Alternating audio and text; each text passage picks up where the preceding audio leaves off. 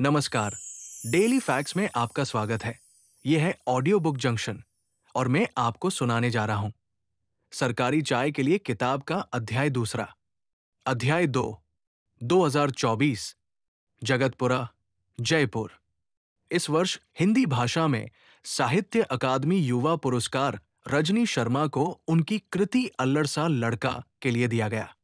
रजनी शर्मा का यह पहला उपन्यास है और अपने पहले ही उपन्यास में लखपति लेखक बनी 28 वर्षीय रजनी जयपुर निवासी है। टीवी में न्यूज देख शर्मा जी अपनी पत्नी को खुशी से गोद में उठाकर कहते हैं, अरे वाह, तुमने कमाल कर दिया, तुम्हारी मेहनत आखिरकार रंग लाई। रजनी भी मुस्कराई, लेकिन इस मुस्कुराहट के पीछे का गम सिर्फ वही समझ सकती है। अपने अंदर गहरा राज छुपाए रजनी दिनों दिन आत्मग्लानि महसूस करती है। इंसान दुखी सुखी तो जी सकता है, लेकिन अगर वो स्वयं को किसी दुखद अंत का गुनहगार मान ले तो फिर जीना मुश्किल हो जाता है। कभी कभी कुछ सालों के लिए हम रुक जाते हैं, लेकिन जीवन भर कुछ बातों को लेकर रुका नहीं जाता है। उन बातों का अंत हो जाना जरूरी होता है। रजनी अपने मन के बोझ को अब उतारना चाहती थी। रजनी को अब कुछ दिन बाद पुरस्कार प्राप्त करने दिल्ली जाना था, लेकिन इससे पहले वो अपने माता पिता से मिलना चाहती थी। शर्मा जी ने रजनी का कोटा के लिए टिकट करवा दिया। ट्रेन में बैठने के बाद से ही एक 22 वर्षीय लड़की रजनी को बार बार देखे जा रही थी। ट्रेन जयपुर से पार नहीं हुई, उससे पहले वो लड़की भौहें भींचते हुए बोल पड़ी, आप रजनी शर्मा है ना? हाँ जी। आश्चर्य से मुस्कुराकर रजनी बोली, मेरा नाम ज्योत्सना है। मैं सोशल मीडिया में आपकी बुक देखती रहती हूं। आजकल सब जगह आपकी बुक ही नजर आती है। मैं जल्द ही आपकी बुक पढ़ूंगी। नोबेल पढ़ने की शौकीन ज्योत्सना आंखों में चमक लेकर बोली, हाँ बिल्कुल, पढ़कर जरूर बताना। कहाँ से हैं आप? रजनी ने अपने भावी पाठक पर रुचि दिखाते हुए पूछा। ज्योत्सना रजनी का साधारण व्यवहार देखकर थोड़ा नजदीक आई और बोली, मैं कोटा से हूं, यहां पढ़ती हूं। अच्छा, ये लो। रजनी ने ज्योत्सना को अपने बैग से किताब निकालकर दे दी।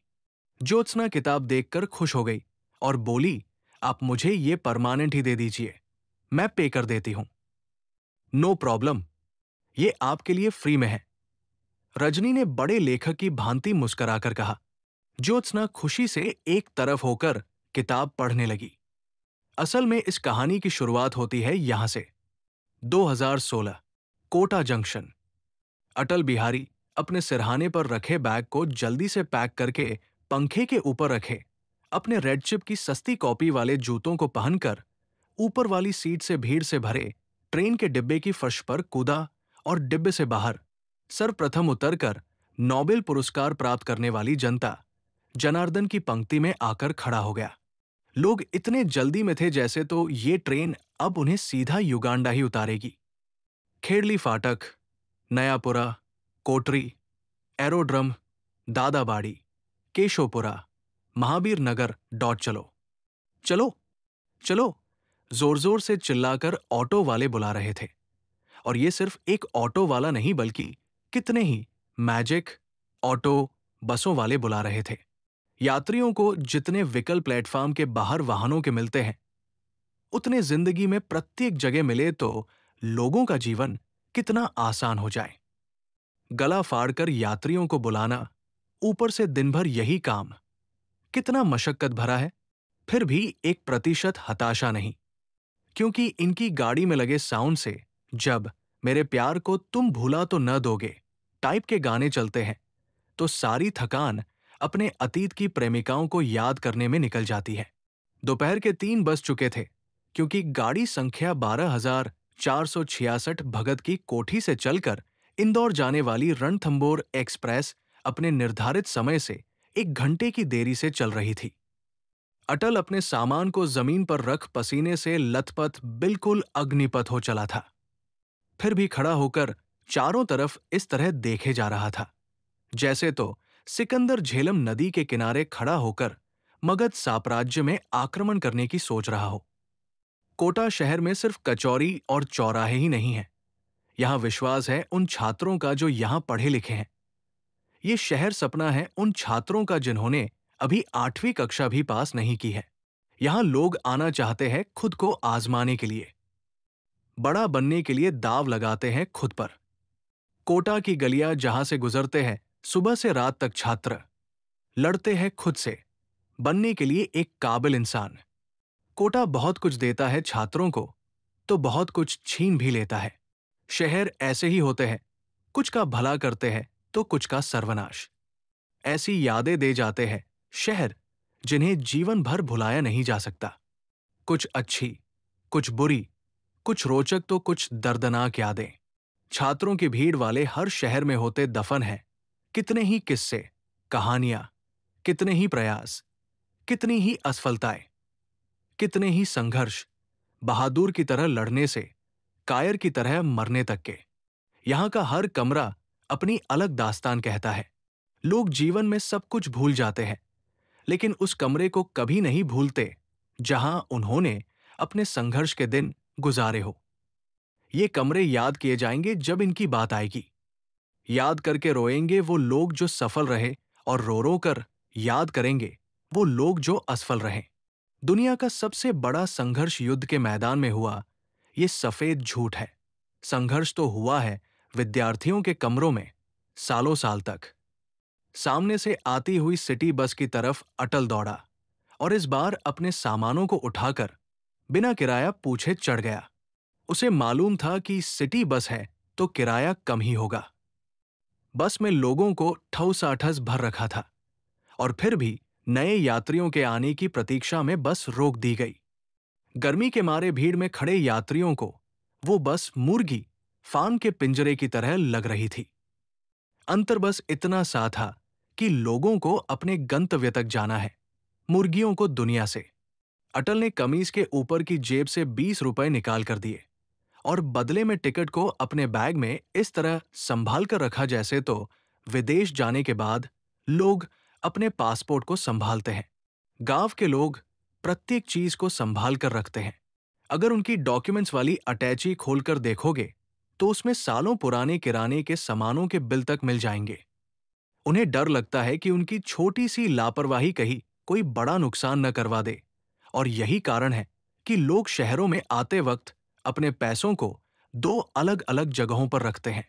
किराए खर्चे के पैसे बाहर कहीं, जेब वगैरह में, तो ज्यादा रकम को या तो बैग में या अपनी चोर जेब में।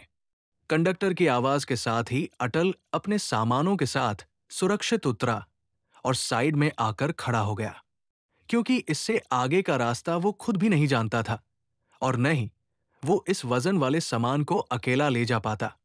ये अटल बिहारी, वो अटल बिहारी नहीं है जो देश के 10वें प्रधानमंत्री बने। इन श्रीमान का तो उनसे दूर दूर तक कोई लेना देना ही नहीं है। अटल बिहारी नाम सुनते ही मन में कोई 50 साल के आदमी की छवि बनती है, पर ये जनाब तो अभी 24 के भी पूरे नहीं हुए थे। अटल बिहारी राजस्थान के बूंदी जिले के नवलपुरा गांव से था। फसल बाड़ी नहीं होने से घर की आर्थिक व्यवस्था बिगड़ गई। जितना साल भर में कमाते उससे ज्यादा तो उधार लिए पैसों का ब्याज हो जाता। पिता नरसिंह को लगता था कि जब अटल सरकारी नौकरी लग जाएगा तो सब ठीक हो जाएगा। दरअसल मध्यम निम्न वर्ग के परिवारों में सरकारी नौकरी को जीवनदायिनी समझा जाता है। कुछ ज्यादा बड़े सपने नहीं होते। एक घर, सुखी परिवार और सम्मानजनक जीवन, ये सब तो मिल ही जाता है सरकारी नौकरी में। दूसरी बात, लोग समझते हैं कि सरकारी नौकरी सबसे कम निवेश पर पूरे जीवन को चलाए रखने का बीमा है। ऐसे में देश की आधी से ज्यादा आबादी को सरकारी नौकरी वरदान की तरह नजर आती है। ये सारी बातें नरसिंह अपनी पत्नी सरोज को बोल बोलकर उसे सांत्वना देता रहता। असल में तो ये सांत्वना नहीं, बल्कि परिवार की आखिरी उम्मीद थी, जो इस डूबती हुई नैया को पार लगा पाने का एकमात्र रास्ता था। इसके अलावा और कुछ करने का नरसिंह के पास न तो विकल्प बचा था, न ही हौसला। अटल के 12वीं पास हो जाने के बाद नरसिंह उसे इति करने के लिए कहता रहा, जिससे वो भी पड़ोसी के लड़के की तरह टेक्नीशियन या लॉको पायलट बन सके। लेकिन अटल को एप का डिप्लोमा पसंद नहीं आया। बाद में जब अटल की समझ बढ़ने लगी तब उसे अपना पारिवारिक संकट समझ आया और अपने परिवार को इस आर्थिक संकट से निकालने के लिए सरकारी नौकरी लगने का फैसला लिया। बी.एड में सहपाठी रहे अमीश का आरएएस, राजस्थान एडमिनिस्ट्रेटिव सर्विस, परीक्षा में इंटरव्यू कॉल होने की खबर पूरे बी.एड कॉलेज में फैल गई थी, जिससे सब लोग अमीश को अपना मित्र बनाना चाहते थे ताकि उनकी पढ़ाई में मदद हो सके। इसी दौरान अटल और अमीश एक दूसरे के संपर्क में आए, क्योंकि अटल भी जल्दी से तैयारी करके सरकारी अध्यापक बनना चाहता था। नरसिंह अक्सर अटल से कहता रहता, जो निम्न मध्यम वर्ग के परिवारों में लड़कों से कहा जाता है, जिसे लड़के भाषण समझकर टाल देते हैं, जबकि पिता का कहा हर शब्द आपके भविष्य को सुनहरे अक्षरों में लिख रहा होता है। पिता अपनी सारी कोशिशें करता है अपने बच्चों के लिए, सारे त्याग करता है और पूरा समर्पित कर देता है अपने आप को। वर्तमान में प्रत्येक गांव, शहर के गरीब मजदूर भी कहने लगे हैं कि चाहे एक रोटी कम खा लेंगे, लेकिन अपने बच्चों को जरूर पढ़ाएंगे। जो निम्न स्तरीय जीवन उन्होंने जिया है, वो नहीं चाहते कि उनके बच्चे भी वैसा ही जीवन गुजारे। प्रत्येक व्यक्ति अपने बच्चों के जीवन को सुरक्षित करना चाहता है, उनके जीवन को सम्मानजनक और गरिमामय बनाने का प्रयत्न करता है, क्योंकि अब वो समझने लगे हैं कि ये जो आर्थिक विषमता है, जिस तरह एक व्यक्ति जो अमीर है वो अमीर होता जा रहा है और जो गरीब है वो गरीब होता जा रहा है, इस खाई को अगर कोई पाट सकता है तो वो है शिक्षा। अटल ने केशवपुरा चौराहे पर खड़े होकर इंस्टाग्राम के फिल्टर कैमरे पर आधी स्क्रीन में चौराहे को लेकर सेल्फी ली, जिसे 839 फॉलोअर्स वाले अपने इंस्टा अकाउंट में स्टोरी लगा दी, जिसमें लिखा नाउ आई एम इन कोटा, जिसके नीचे लिखा केशव पुरस्कले कोटा। इसके अपलोड हो जाने के बाद डाटा ऑफ करके जेब में रख लिया। इतने में अमीश हीरो होंडा की स्प्लेंडर प्लस लेकर पहुंच गया। अमीश कुमार नागर राजस्थान के ही बारा जिले के पाकलखेड़ा गांव का रहने वाला था। 203 में केदारनाथ यात्रा के दौरान आए भयंकर प्रलय ने अमीश को अनाथ बना दिया था। उसके बाद उसके काका ही उसकी दुनिया थे। काका अमीश को माता पिता की कमी महसूस नहीं होने देता था।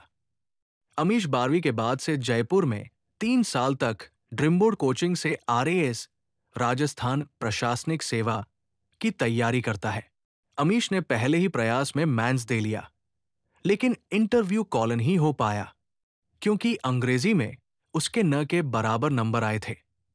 जिस हिंदी वाक्य के अंत में ता है, ते है, ती है आता है, वो प्रेजेंट सिंपल टेंस को दर्शाते हैं, इतनी ही अंग्रेजी जान पाते हैं। बेचारे हिंदी माध्यम के विद्यार्थी और ज्यादा जान भी कैसे पाए।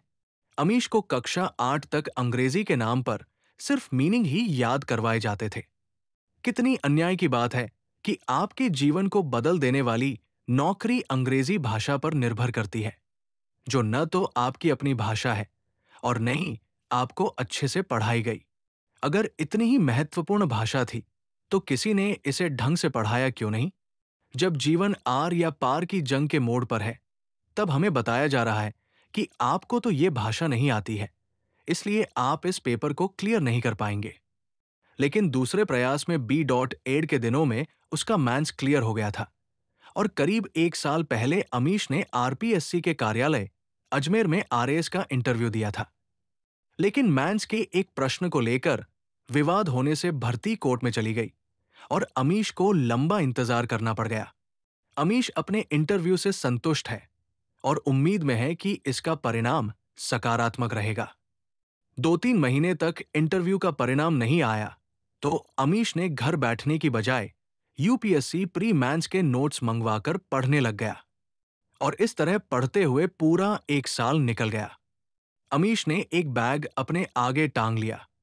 अटल ने पीछे और बीच में सामान का कट्टा रख रास्ते में डेयरी से दूध लेते हुए चल दिए अपने कमरे की तरफ। अटल भाई, इधर कोई दिक्कत नहीं, अपना कमरा, अपना राज। इस एरिया में कमरे आसानी से नहीं मिलते हैं, बहुत क्रेज है इधर पढ़ने वालों का। बालाकुंड में शांति है, तुझे भी मैं मेरे मकान में ही दिला दूंगा कमरा। मेरे साइड का ही खाली है, एक अमीश बाइक चलाते हुए कहता रहा और अटल कट्टे को बीच में पकड़े जाने से परेशान सिर्फ हाँ में ही जवाब दे रहा था। शुरुआत में तो अटल को सब कुछ बड़े शहर का अनुभव दे रहा था, लेकिन जैसे ही अंदर बढ़ते गए वैसे ही सकरे मकान, मकानों के बाहर रखे ठेले और दुकानों को देखकर धीरे धीरे अनुभव बदलने लगा।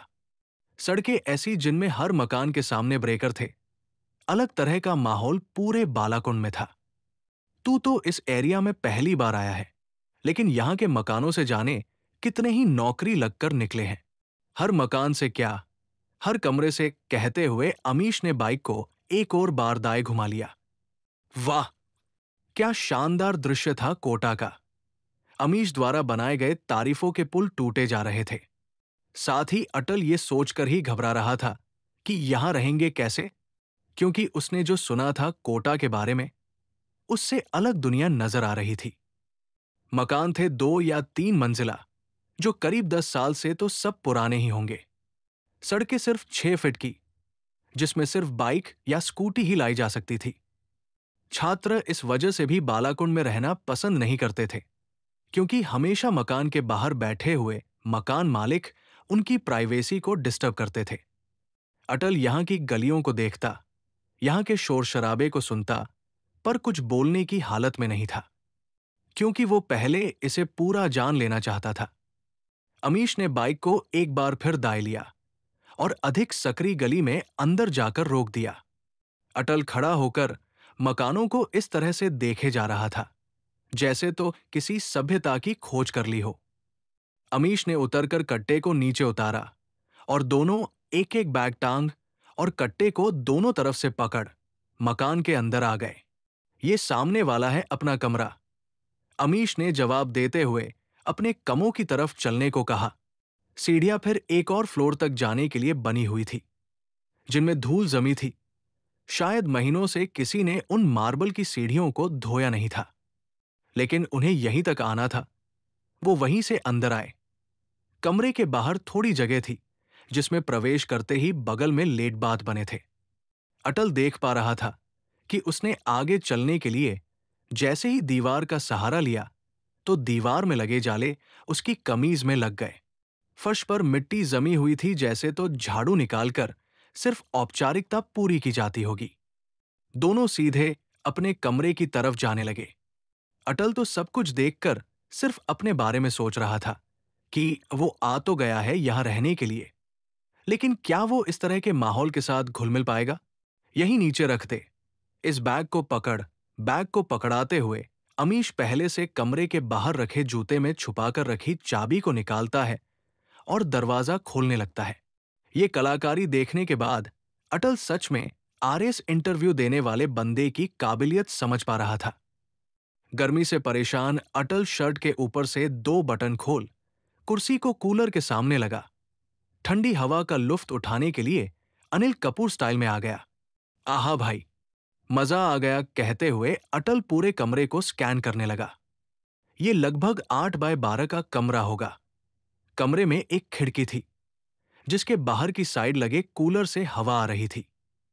एक बारीक रस्सी, जो सामान को बांधने के काम आती है, को कमरे की एक दीवार से दूसरी दीवार तक बांध रखा था, जिसमें संभवतः अमीश के ही 90 नंबर के चड्डी बनियान सूख रहे थे। टेबल पर भी कुछ किताबें बिखरी पड़ी थी और कुछ किताबें नीचे। आमने सामने की दीवारों पर ऊपर की साइड पोस्टर लगे हुए थे, जिसमें से खिड़की के ऊपर लगे पोस्टर में लिखा था, life is the most difficult exam. Many people fail because they try to copy others, not realizing that everyone has a different question paper. और दूसरे पर लिखा था, God's love will never let you down। Table से सटी side की दीवार पर कुछ पन्ने चिपके हुए थे। सफेद खाली कागज पर लिखा था। उसके पास चिपके पीले कागज पर लिखा था, I will do it not immediately, but definitely। उसके पास चिपके पीले कागज पर लिखा था, वो पथ क्या, पथिक कुशलता क्या, जिस पथ पर बिखरे शूल न हो, नाविक की धैर्य परीक्षा क्या, जब धाराएं प्रतिकूल न हो। जय शंकर प्रसाद। ये सब पंक्तियां अमीश को पढ़ने के दौरान अभिप्रेरणा देती होगी। अमीश ने चाय पिलाकर अटल का स्वागत सत्कार किया। चाय पिलाकर अभिवादन करना किराए से रह रहे विद्यार्थियों के लिए उतना ही महत्वपूर्ण है, जितना ब्रिटेन में रेड कारपेट बिछाकर। शाम के करीब 6 बज चुके थे। दोनों बाइक पर बैठकर मार साहब के कमरे तक पहुंच गए। मार साहब का असली नाम राधेश्याम बैरवा था, परंतु लंबे समय से मास्टर यानी शिक्षक बनने की तैयारी करने के कारण अब उन्हें सब मार साहब कहने लगे थे। मार साहब मास्टर साहब का बिगड़ा हुआ रूप है, जिसे राजस्थानी देहात में शिक्षकों के लिए सम्मानजनक समझा जाता है। मार साहब कोटा से 30 किलोमीटर दूर बूंदी जिले के गांव इंदरपुरिया से थे। लगातार शिक्षक भर्ती परीक्षाएं देने के बाद भी मार साहब को 34 वर्ष की उम्र तक सफलता नहीं मिली थी, लेकिन अभी तक हार नहीं मानी। अपनी पत्नी समेत अपनी 2 बेटियों को गांव में अपने माता पिता के पास छोड़ खुद कोटा रहकर तैयारी कर रहे थे। मार साहब के व्यक्तित्व में वो सारी बातें थी जो सरपंच उम्मीदवार के पोस्टर में होती है। युवा, शिक्षित, कर्मठ, हंसमुख और मिलनसार। जैसे ही अमीश ने कमरे का दरवाजा खोला तो देखा मार साहब दरवाजे के विपरीत पलंग पर लेटे-लेटे अवध ओझा सर के यूट्यूब वीडियो देख रहे थे, जिसमें सर कह रहे थे, I don't believe in God अरे जाहिल। पोटी लग जाए तो रोक नहीं पाओगे, कुछ कर नहीं पाओगे चाहे जितना गाड़ी के पीछे महाकाल लिखवा लो। सांस नहीं रोक पाओगे 2 मिनट से ज्यादा, नींद नहीं ला पाओगे अपनी मर्जी से अगर आ नहीं रही है तो। अगर ये सब कर लेते हो तो सर्वशक्तिमान हो। ऐसे अकड़ा हुआ इंसान एक 50 लाख की फॉर्च्यूनर खरीदकर ऐसे तिरछा खड़ा है बस। जब अहंकार का भाव ज्यादा हो जाए तो ऐसे आसमान की तरफ सर उठाकर देख लिया करो। जिसने इसको बनाया है ना, अगर वो अहंकार में आ गया तो क्या होगा? इसलिए मरता हुआ आदमी तड़पता बहुत है कि साला कुछ जा ही नहीं रहा है साथ। फालतू में इतना मेहनत किया। जिसके 40 गाड़ियां खड़ी है बंगले में, वो यमराज से बोलता है, सर प्लीज एक गाड़ी ले आने दो। अबे वहां तुमको गधे में बिठाकर घुमाएंगे। यूपीएससी की तैयारी करने लग गए कयामार साहब? अमीश ने अंदर आते हुए कहा। अरे आ बैठ। कहा यूपीएससी में तो टीचर भी नहीं बन पा रहा हूं, बस यूं ही टाइम पास। पीछे देखते हुए उठकर पास में रखी कुर्सी को अटल के लिए आगे कर दिया। बड़े और नामी टीचर में गिनती होती है ओझा सर की मार साहब। हल्के में मत रो इनको, सीधे साधे आगामी कलेक्टरों को कट्टा बारूद बोल बोलकर भौकाल बना देते हैं। अमीश ने अनुभव साझा किए। अटल की तरफ इशारा करते हुए मार साहब ने जानना चाहा। इसे लेने के लिए ही बाइक लेकर गया था। मेरा दोस्त है, अब यही रहेगा। अच्छा, किसकी तैयारी कर रहे हो? शिक्षक, अटल ने रौब के साथ जवाब दिया। आजकल भी एड वालों का तो मामला ही खराब है। भरे पड़े हैं भी एड वाले हर जगह। हर बार कट ऑफ बढ़ती जा रही है। ऊपर से सरकार वैकेंसी नहीं निकालती है, और निकालकर परीक्षा भी करवाती है तो पेपर आउट हो जाते हैं। इससे बढ़िया तो कुछ और ही देखो भाई। मार साहब ने आप बीती का निष्कर्ष निकालकर अपने मन की बात कह दी। अटल बैठा बैठा सभी बातों की हामी भरते हुए कमरे को एक नजर से निहार रहा था। पढ़ने वाली टेबल के ऊपर छोटे से कागज में लिख रखा था, आप वो करो जो आप करना चाहते हैं, पर होगा वो चाहता है। इस तरह मार साहब ने भाग्य को कर्म से प्रधान बताया है, जबकि कर्म और भाग्य एक दूसरे के पूरक है। भाग्य भी उसी का साथ देता है जो कर्म करता है। इन सब के बीच पलंग के नीचे रखी रॉयल स्टेज की खाली बोतल बता रही थी कि मार साहब तो इसी धार्मिक कमरे में एकाध दिन में अकेले बैठकर आत्मा का परमात्मा से मिलन भी करवा देते हैं। देखकर अटल को लग रहा था कि दाल में काला तो है, इस वजह से कृपा अटकी पड़ी है, लेकिन पूर दाल ही काली है। अटल अभी तक ये नहीं जानता था। अटल बैठा बैठा उन दोनों की बातें सुन रहा था। बीच बीच में ही हूं करके उनके बीच में सहज होने की भी कोशिश कर रहा था। सपनों से भी बड़ा शहर है कोटा।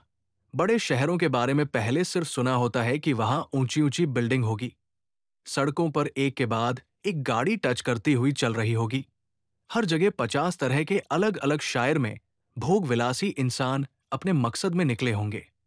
कुछ को पढ़ने जाना है, कुछ को नौकरी में, कुछ को मजदूरी में, और कुछ लड़के लड़कियों को जाना होता होगा अपने प्रेमी और प्रेमिकाओं से मिलने। बाकी बचे निठल्ले लोग जब बैठे होंगे चाय की थड़ियों में अपने उधार के पैसों को बढ़ा रहे होंगे। चाय के साथ सिगरेट के छल्ले उड़ा करके राजस्थान विधानसभा चुनावों में कोटा दक्षिण से कौन जीतेगा कि निरर्थक बहस कर रहे होंगे। थोड़ी ही देर में मार साहब और अमीश गुपशुप बातें करने लगे जैसे तो एनआईए के एजेंट कुछ जरूरी बातें कर रहे हो। आज तो पार्टी करेंगे भाई, फिर कल से सिर्फ पढ़ना रहेगा। क्यों भाई, अटल होनी चाहिए ना। मार साहब ने बात जाहिर कर ही दी। इस पर अटल बिना मन से सिर्फ हाँ में सर हिलाकर जवाब देता है, क्योंकि उसको मालूम चल गया था कौन सी वाली पार्टी की बात हो रही है। लेकिन इसके अलावा उसके पास कोई और विकल्प भी नहीं था। जवाब मिलते ही तीनों निकल पड़े सब्जी मंडी की तरफ। प्याज क्या भाव दिए? एक विशेषज्ञ की तरह प्याज को अपने हाथ से टटोलते हुए मार साहब ने पूछा। 25 के आधा किलो, 40 के किलो। अरे भाई साहब, क्या लूट मचा रखी है आपने भी। तू आगे जा, क्यों काम के टाइम में दिमाग खराब कर रहा है। सब्जी वाले ने लाल पीला होकर मार साहब से कहा। क्या मार साहब आप भी? सीधा ले लो, भाव मत पूछो, अमीश ने आगे आकर बोला। 100 ग्राम हरी मिर्ची, आधा किलो प्याज, 10 का टमाटर, एक नींबू और ऊपर से हरा धनिया डाल देना, और 2 खीरे भी, अमीश ने सब्जी वाले से कहा। चलो बताओ, क्या लेंगे, चिकन या बॉयलर? अमीश ने पूछा। मैं तो नॉनवेज नहीं खाता हूं, अटल ने जवाब दिया। अरे दादा, तुझे मैं ऐसा वैसा लड़का लगता हूं क्या? मैंस इंटरव्यू दिया हूं यार। चल अंडे तो खा लेगा ना, उनका तो क्या डर है, और ये पार्टी तेरे लिए ही तो रखी थी। अमीश ने उदाहरण सहित अटल को खाने का कारण दिया। हां, अंडे तो शाकाहारी ही होते हैं। मार साहब ने अंडे खाने का पारंपरिक तर्क दिया।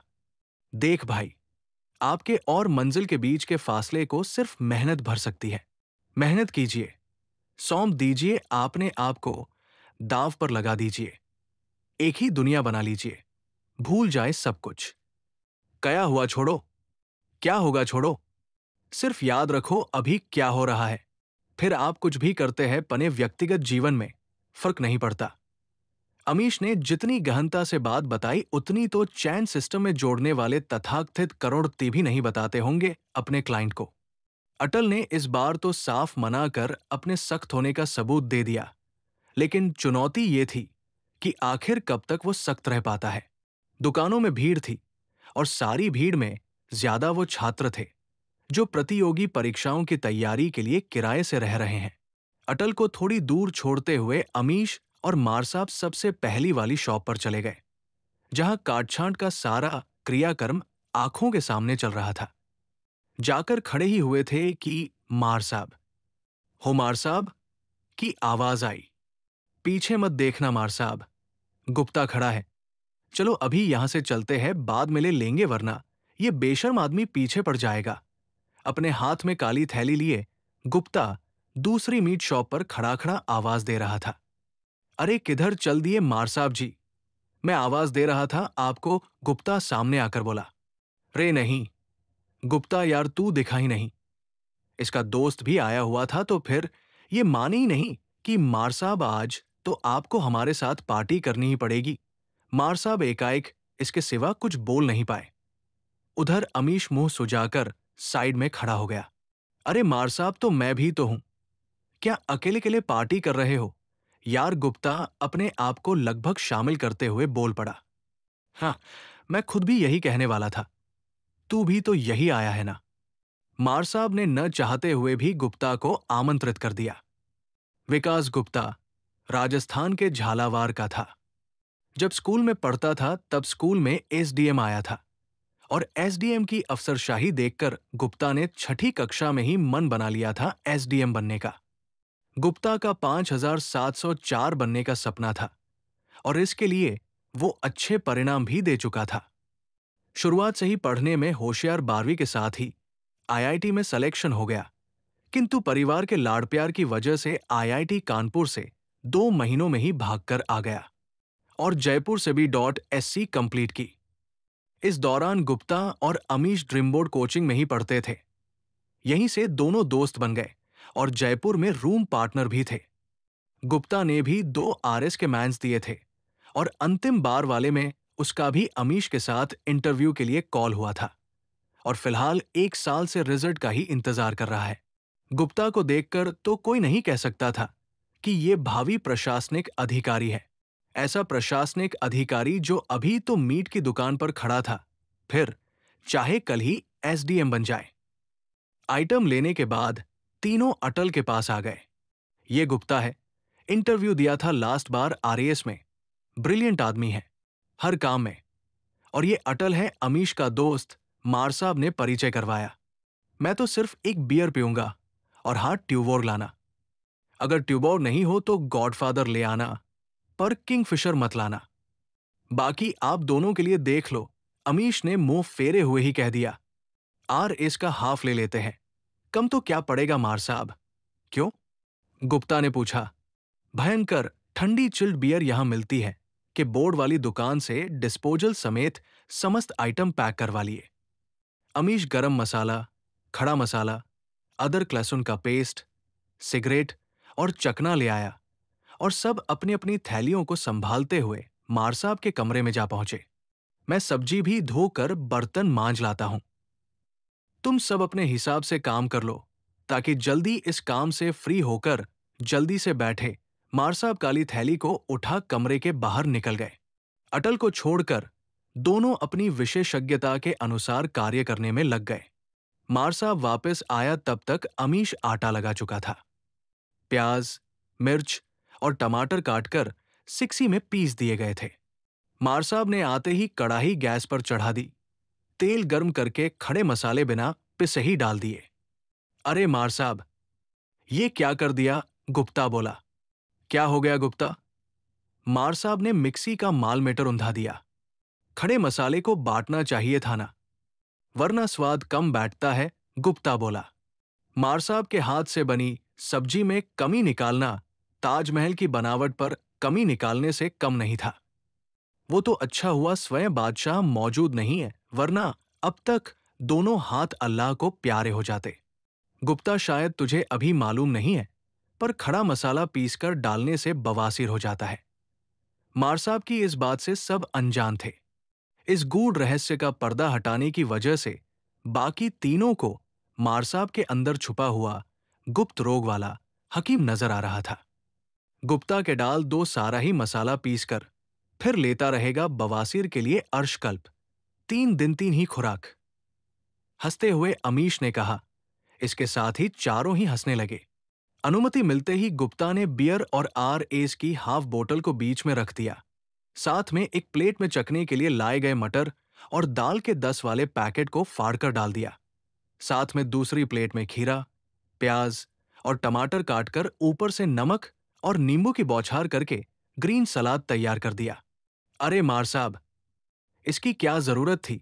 अटल ने कोल्ड ड्रिंक देख सिर्फ औपचारिकता पूरी की। मार साहब पूरे अनुभव वाले व्यक्ति थे, क्योंकि सबसे सीनियर भी थे।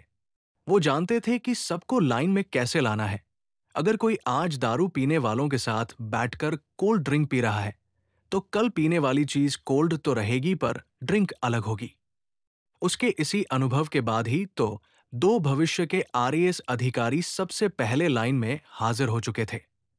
चारों ही हवन कुंड के चारों तरफ बैठ गए।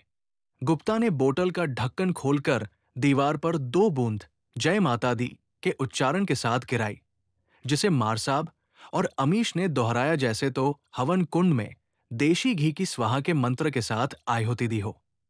उसके बाद गुप्ता ने डिस्पोजल गिलासों में ड्रिंक बारीकी से मापतौल के इस तरह डाली ताकि कम ज्यादा न हो जाए, जैसे तो दारू नहीं अमूल्य अमृत का बंटवारा हो रहा हो, जिसे पीकर हमेशा हमेशा के लिए अमर हो जाएंगे। अमीश अपनी बियर को डिस्पोजल गिलास में लेता है और कोल्ड ड्रिंक का भी एक गिलास भरकर चारों को एक साथ जमा देता है। सभी अपने अपने गिलास को उठाकर चीयर्स करते हैं और फिर शुभ शुरुआत होती है विधिवत तरीके से दारू पियन कार्यक्रम की। महफिल जमने ही लगी थी कि गुप्ता ने मोबाइल में गाना चला दिया, जिसके बोल थे, यार जलने बालों को जलाएंगे, प्यार में जिएंगे मर जाएंगे। गाना सुनते ही अमीश आग बबूला हो दौड़ गया। पूरा तनमन क्रोधित था और बहुत कुछ कहना चाहता था, पर शांत रहा। लेकिन इस बार एक ही बार में भरा गिलास गटक गया। अरे तू फिर शुरू हो गया। तुम दोनों कब सुधरोगे? पिछली बार भी मैं नहीं होता तो तुम दोनों लड़ ही जाते, मार साहब ने बाटियों को पलटते हुए कहा। ऐसा क्या हुआ है, मुझे भी तो बताओ, अटल ने पूछा।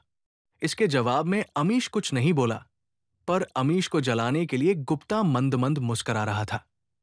अरे भाई कोई बात नहीं थी, ये तो यूं ही। मार साहब की बात पूरी होती उससे पहले अमीश बोल पड़ा। घंटा, कोई बात नहीं थी। इसने मेरी बंदी के कान भर दिए, मेरे बारे में उल्टा सीधा कहा, तब जाकर इसके पास गई है। मतलब? अटल ने अब जिज्ञासा के साथ पूछा। अमीश की एक फ्रेंड थी अन्नू, जो अब गुप्ता की गर्लफ्रेंड है। मार साहब ने बात पूरी नहीं हुई उससे पहले ही अमीश बाटियों को पलटते हुए बोल पड़ा। मेरी फ्रेंड नहीं, गर्लफ्रेंड थी। इस साले को भी पता था। ये खुद उसे मेरी वजह से जानने लगा था। मैं तो इसको मेरा सबसे खास दोस्त समझता था, पर इसने जो किया है वो ठीक नहीं है। प्यार हमारा अमर रहेगा, याद करेगी दुनिया, गाना अपने मोबाइल में लगाकर गुप्ता बोला। क्या ठीक नहीं है भाई? लड़की की जहां मर्जी होगी वहां रहेगी, तू जबरदस्ती क्यों करना चाहता है?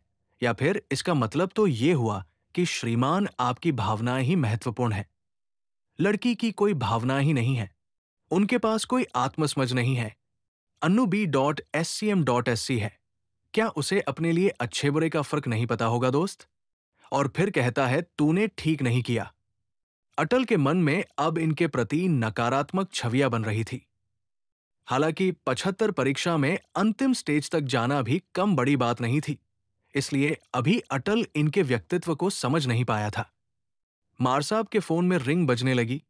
अपने फोन को उठाकर छत पर चला गया। हाँ बोलो, कैसी है तू सुनीता? मार साहब बोले। फोन उठाने में टाइम कैसे लग गया? अरे मालूम नहीं चला यार। हाँ, आपको मेरे फोन का मालूम कैसे चलेगा? तो किसके फोन का मालूम चलेगा भाई? छोड़, बता कैसी है? मैं ठीक हूं, आप कैसे हो? बहुत दिनों बाद बात कर रहे हो, घर की याद नहीं आती क्या? अरे नहीं, ऐसी कोई बात नहीं, अभी दोस्तों के साथ था, इसलिए थोड़ा देर से बात कर रहा हूं। हाँ, दोस्तों के साथ पार्टी कर सकते हो, हंस सकते हो, लेकिन घर पर एक बार फोन करने का समय नहीं मिलता। अरे सुनीता, तू फिर शुरू हो गई। मैं मेहनत कर रहा हूं ना, बस इसी वजह से थोड़ा बिजी रहता हूं। मेहनत कर रहे हो ये तो ठीक है, लेकिन हम भी तो आपका इंतजार कर रहे हैं। बेटियां हर दिन पूछती हैं पापा कब आएंगे, उन्हें भी आपकी जरूरत है। सुनीता, समझने की कोशिश कर, ये नौकरी लगने के बाद ही हमारी जिंदगी सुधरेगी। मैं ये सब तुम लोगों के लिए ही तो कर रहा हूं, लेकिन क्या फायदा ऐसी जिंदगी का जहां हम साथ ही न रह सके? आप तो जैसे हमसे दूर होते जा रहे हो। पहले रोज बात करते थे, अब हफ्तों बीत जाते हैं। सुनीता, हर बार वही बात मत दोहराया कर। मैं यहां मजे करने नहीं आया हूं, पढ़ाई कर रहा हूं। तुम समझती क्यों नहीं? मार साहब झुंझलाते हुए बोले। अगर आप सच में हमारी फिक्र करते तो कम से कम थोड़ा समय निकालकर ठीक से बात कर लेते, लेकिन नहीं। आपके पास दोस्तों के लिए समय है, हमारे लिए नहीं। दोनों के बीच कुछ देर तक चुप्पी छा जाती है। मार साहब गहरी सांस लेते हुए बोले, ठीक है, अब बहस मत करो। मैं कल तुमसे लंबी बात करूंगा, ठीक है? ठीक है, लेकिन ये मत भूलना कि आपकी नौकरी से ज्यादा आपका परिवार आपके साथ रहना चाहता है। हाँ महारानी, ठीक है। अब बता, तू निमट गई काम से? हाँ, अभी बर्तन साफ करके फ्री हुई हूं। और तू नहीं सोई? आपसे बात किए बिना नींद नहीं आ रही थी। अच्छा, ऐसी बात है। मैडम को बिना बात किए नींद नहीं आती। हाँ जी सर, यही बात है। और बता, मम्मी पापा कैसे हैं? आपके मम्मी पापा है, खुद पूछ लिया करो। मतलब तेरे नहीं है क्या? मेरे हैं, इसलिए ही तो B.Adam.A होने के बावजूद भी उनके साथ हूं। आपकी तरह थोड़ी हूं, सुनीता ने दबे मन की बात समझाना चाहिए। प्रेरी तरह थोड़ी हूं, मतलब मैं कैसा हूं? मार साहब को सुनीता की बात कांटे की तरह चुभ गई। कैसे भी नहीं हो, अच्छे हो। सुनीता ने मामला ठंडा करना चाहा। नहीं नहीं, तू बता पहले, तूने ऐसे क्यों बोला? अरे यार, आप ऐसे गुस्सा क्यों हो जाते हो? मैं गुस्सा नहीं हूं सुनीता, पर तुझे लगता है मैं यहां मौज मस्ती करने के लिए रहता हूं। आओ रे नहीं, मेरे कहने का मतलब ऐसा नहीं था। अरे तो मैं तो इसलिए ही रहता हूं। अभी भी दारू पी रहा हूं और पीऊंगा। यार प्लीज ऐसे मत। सुनीता पूरी बात कह पाती उससे पहले ही फोन कट गया। सुनीता उन पत्नियों में से नहीं थी जो पति को संघर्ष की राहों में अकेला छोड़ दे। सुनीता एक अमीर घर की बेटी होने के बावजूद घर पर अपने परिवार की देखभाल रखने समेत पूरे घर का काम करती थी और हमेशा मारसाब को सपोर्ट करती थी। लेकिन मारसाब के हिस्से में लगातार नाकामी आने से मारसाब को खुद को ऐसा लगने लगा था कि अब तो उसके साथ उसका परिवार भी नहीं है। जबकि सुनीता अपने सुख दुख के बारे में भी मारसाब को नहीं बताती थी। वो नहीं चाहती थी कि मारसाब का ध्यान अपनी पढ़ाई से भटके। वो अकेली ही रहती, अकेला महसूस करती और अकेले ही अपनी मुसीबतों से लड़ती। मारसाब उतरा हुआ मुंह लेकर छत से नीचे उतरे। बात गहरी थी, इसलिए पूछने के बाद भी मारसाब ने बात को सार्वजनिक नहीं किया। फिर थोड़ी देर में सब खाना खाने लगे। कमरे में 2 जने रहे या 10, खाना तो एक साथ बैठकर ही खाते हैं। हाँ, कभी कभी आपातकालीन परिस्थिति में चल जाता है कि कोई जल्दी से उधलती हुई रोटी खा ले। पढ़ने के लिए कमरे में रहने वाले लड़कों की सबसे खास बात तो ये होती है कि 4 जनों में 12 रोटी बनेगी तो भी रोटियां खत्म होनी है और 20 बनेगी तब भी खत्म होगी। कमरों में पार्टनर से रहने वाले लड़के अपने पार्टनर के प्रति बहुत ही ज्यादा ईमानदार होते हैं, जिसका परिणाम होता है कि 2-4 सालों तक एक ही साथ रह लेते हैं। पार्टनरी में शुरुआती 1-2 महीनों में आपको त्याग करना होता है अपने साथी के लिए, और इसका जवाबी व्यक्ति भी त्यागी पुरुष हो तो लंबे समय तक टिक जाते हैं। शुरुआत में तो सारे काम बराबरी में बटे होते हैं, लेकिन जैसे जैसे दोनों की आपसी समझ बढ़ती है तो फिर एक दूसरे पर न्योछावर होना शुरू हो जाते हैं। जैसे किसी एक को आलस आ भी गया तो फिर दूसरा ही उसके लिए खाना तैयार कर देगा। बर्तन पहले वाले को मांजने थे, पर उसे दूसरा ही मांज देगा। यहां तक कि कभी कभी तो कपड़े भी धुल जाते हैं, और कपड़े तो धुलेंगे भी सही, क्योंकि साझा कमरों में रहने वाले लड़के अपने साथ जो कुछ भी लेकर आते हैं वो स्वतः ही साझी संपत्ति बन जाती है। अपने पार्टनर के बीमार होने पर तो इस तरह ध्यान रखा जाता है जैसे माता पिता अपने बच्चों का रखते हैं। उठा उठा कर टेबलेट खिलाना, आधी आधी रात को डॉक्टर को दिखाना, बुखार में गीला कपड़ा सर पर रखना। लड़कों ने तो अपने रूम पार्टनर को हमेशा अपना इकलौता रिश्तेदार समझा है। खाना खत्म हुआ। अमीश और अटल उनको उसी अवस्था में छोड़कर अपने कमरे के लिए चल दिए। कमरे पर पहुंचते ही थका हुआ अटल लेट गया। फिर अचानक उठा और बोला, एक काम करना, एक फोटो ले ले यार। अटल उठकर अमीश की स्टडी टेबल पर बैठ गया, जहां रखी हुई आधुनिक भारत के इतिहास की किताब स्पेक्ट्रम को पढ़ते हुए पोज दिए, जिसे अमीश ने अटल के मोबाइल से क्लिक किया। उसके बाद मोबाइल लेते हुए अटल फिर से लेट गया और मोबाइल में फोटो को एडिट करते हुए व्हाट्सएप और इंस्टाग्राम के स्टेटस में हौसलों की उड़ान की शुरुआत टैग लाइन लिखते हुए लगाया। फिर फोन को साइड रखकर आंखों को हाथों से कवर करते हुए लेट गया और अमीश अपनी स्टडी टेबल में बैठकर पढ़ना शुरू कर देता है। रात के करीब 2 बजे अटल की नींद खुलती है। वो देखता है कि लाइट जल रही है। पहले क्षण अटल के दिमाग में आता है कि ज्यादा पीली थी, जो बिना लाइट बंद किए ही सो गया। फिर उसने स्टडी टेबल पर देखा तो अमीश लगातार कुछ लिखे जा रहा था। अब अटल के दिमाग में एक बात तो आ गई थी कि सरकारी नौकरी में कंपटीशन तो है। कितने ही अमीश अभी पढ़ रहे होंगे तो कितने ही अटल सो रहे होंगे। ऐसे ही थोड़ी बन जाते हैं आरएस अधिकारी। नशे में हो तब भी पढ़ना पड़ता है, नॉनवेज खा रखा हो तब भी पढ़ना पड़ता है, नींद आ रही हो तब भी पढ़ना पड़ता है। अटल के दिमाग में बैठ तो गया था कि डगर आसान तो नहीं है, क्योंकि ऐसे लोग तो भरे पड़े होंगे यहां पढ़ने वाले, जो नहीं देखते शरीर में ऊर्जा बची है या नहीं, जो नहीं देखते होंगे समय, जो नहीं जानते होंगे थकना। सो जा दादा, एक ही दिन में ही कलेक्टर बनना है क्या? एक दिन में तो नहीं बनते हैं ब्रदर। पर एक एक दिन पढ़ने से एक दिन जरूर बन जाते हैं।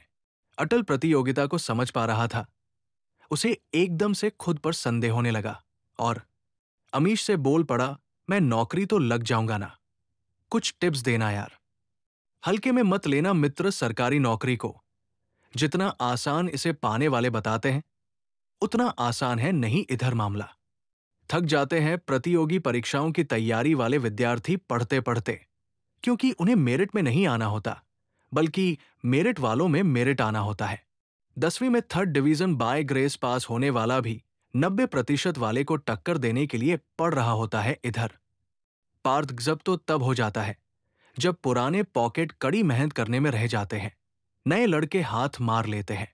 बेटा इधर जो अंतिम क्षण में पूरा जोर लगाएगा वही विजेता कहलाएगा। वरना पहला राउंड कौन जीता, दूसरा कौन जीता, कोई फर्क नहीं पड़ेगा किसी को। अटल सुनकर पहली बार डरा था सरकारी नौकरी के नाम पर। खैर बता चाय पिएगा क्या, कहकर अपनी टेबल से उठते हुए अमीश ने अटल से पूछा। हाँ, आधा कप भर देना, आ रहा हूं कहकर अटल बाथरूम की तरफ चल गया। अमीश ने चाय छानकर 2 कप में भर दी और चुस्कियां लेते हुए वापस अपनी स्टडी टेबल पर जाकर बैठ गया। अटल भी जल्दी से अपनी चाय खत्म करके सो गया। तो दोस्तों, ये था सरकारी चाय के लिए बुक का दूसरा अध्याय। अगर आपको ये अच्छा लगा तो प्लीज लाइक करें, शेयर करें और सब्सक्राइब करें हमारे YouTube चैनल डेली फैक्ट्स को। मिलते हैं अगले वीडियो में।